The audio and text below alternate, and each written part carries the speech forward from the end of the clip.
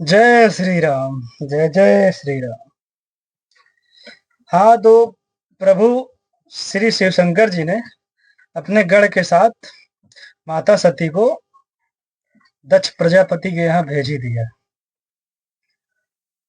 तो फिर आगे, पिता भवन जब गई भवानी, दक्ष त्रास काहू न सन्मानी, सादर भले ही मिली एक माता, भगनी मिली बहुत मुस्काता।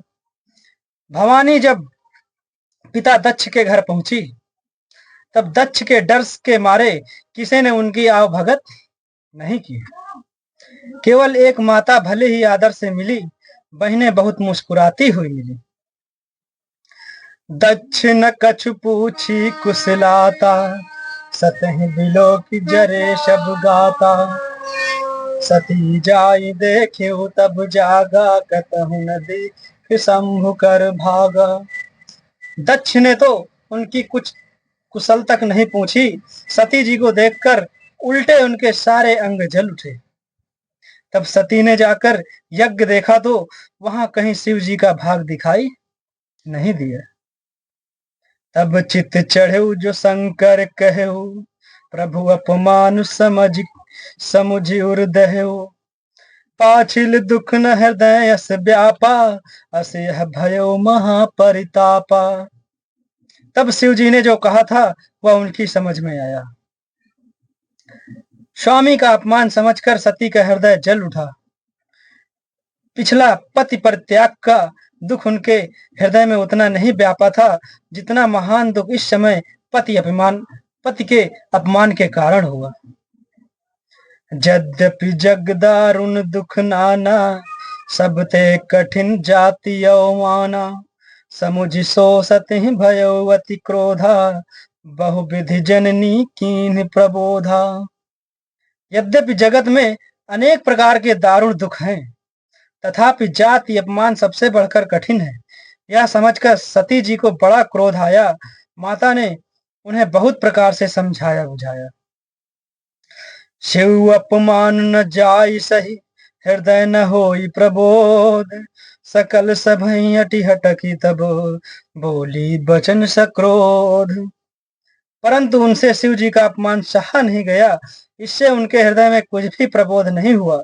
तब वे सारी सभा को हठ पूर्वक डांट कर क्रोध भरे वचन बोली। सुनहु सभासद सकल मुनिंदा, कही सुनी जिन शंकर निंदा। सो फल तुरत लहब सब काहू, भली बात पछिताब पिताहू। हे सभासदों और सब मुनीश्वरों, सुनो। जिन लोगों ने यहाँ शिव जी की निंदा की या सुनी है, उन सबको उसका फल तुरंत ही मिलेगा, और मेरे पिता दक्ष भी भली भांति पछताएंगे। संत शंभु श्रीपति अपपादा, सुनिए जहां तहां असी मर्यादा। काटिए तासु जीभ जो बसाई, श्रवण मोदी न त चलिए पराई।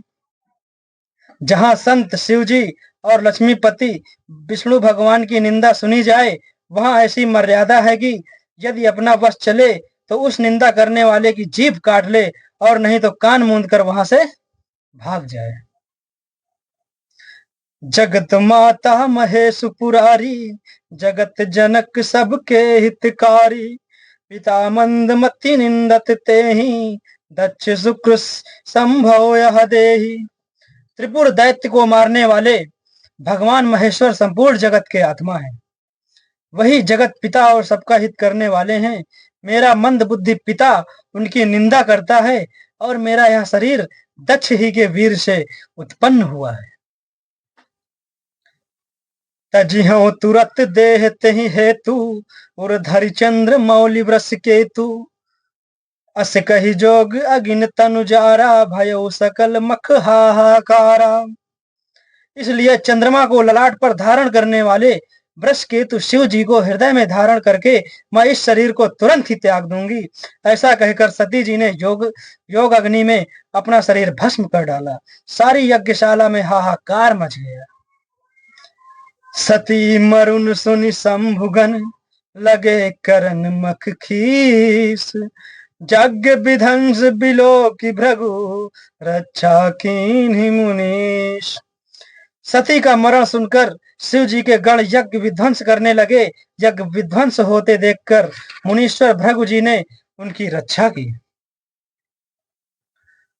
समाचार सब शंकर पाए, वीरभद्र करि कोप पठाए।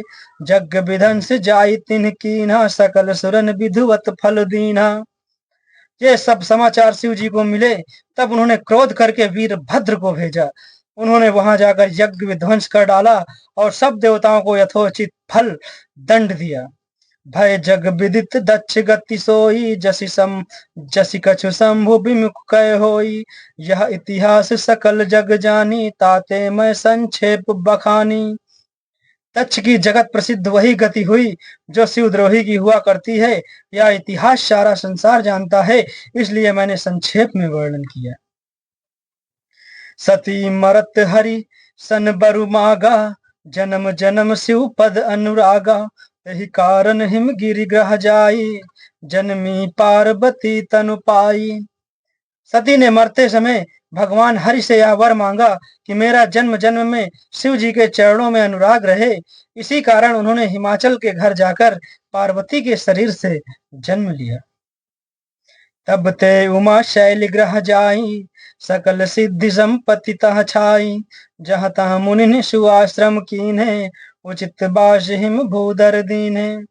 जब से उमा जी हिमाचल के घर जन्मी, तब से वहां सारी सिद्धियां और संपत्तियां छा गईं। मुनियों ने जहां तहां सुंदर आश्रम बना लिए और हिमाचल ने उनको उचित स्थान दिए। सदा सुमन फल सहित सब, द्रुम नव नाना जाति। प्रगटी सुंदर शैल पर, मनिया कर बहुभांति।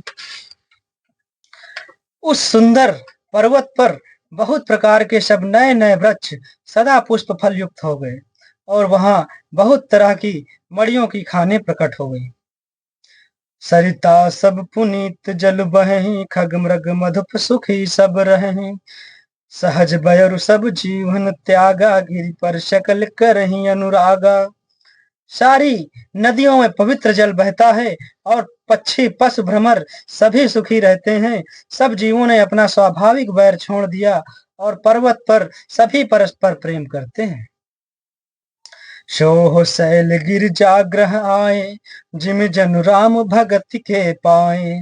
नित नूतन मंगल ग्रह तासु, ब्रह्मादिक गावहीं जसु जासु। पार्वती जी के घर आ जाने से पर्वत ऐसा शोभायमान हो रहा है जैसा राम भक्ति को पाकर भक्त शोभायमान होता है।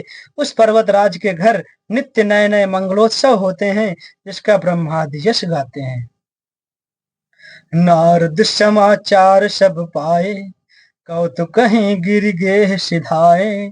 शैल राज बड़ आदर कीन्हा, पद पखार बर आसन दीन्हा। जब नारद जी ने यह समाचार सुना तो वे कौतुक ही से हिमाचल के घर पधारे। पर्वतराज ने उनका बड़ा आदर किया और चरण धोकर उनको उत्तम आसन दिया। नारी सहित मुनि पद सिरुनावा, चरण सलिल सबु भवन सिचावा। निज सौभाग्य बहुत गिरि बरना, सुता बोली में ली मुनि चरना। फिर अपनी स्त्री सहित मुनि के चरणों में सिर नवाया और उनके चरणों तक को सारे घर में छिड़काया। हिमाचल ने अपने सौभाग्य का बहुत बखान किया और पुत्री को बुलाकर मुनि के चरणों पर जल डाल दिया और पुत्री को बुलाकर मुनि के चरणों पर डाल दिया। जय श्री राम। जय जय श्री राम।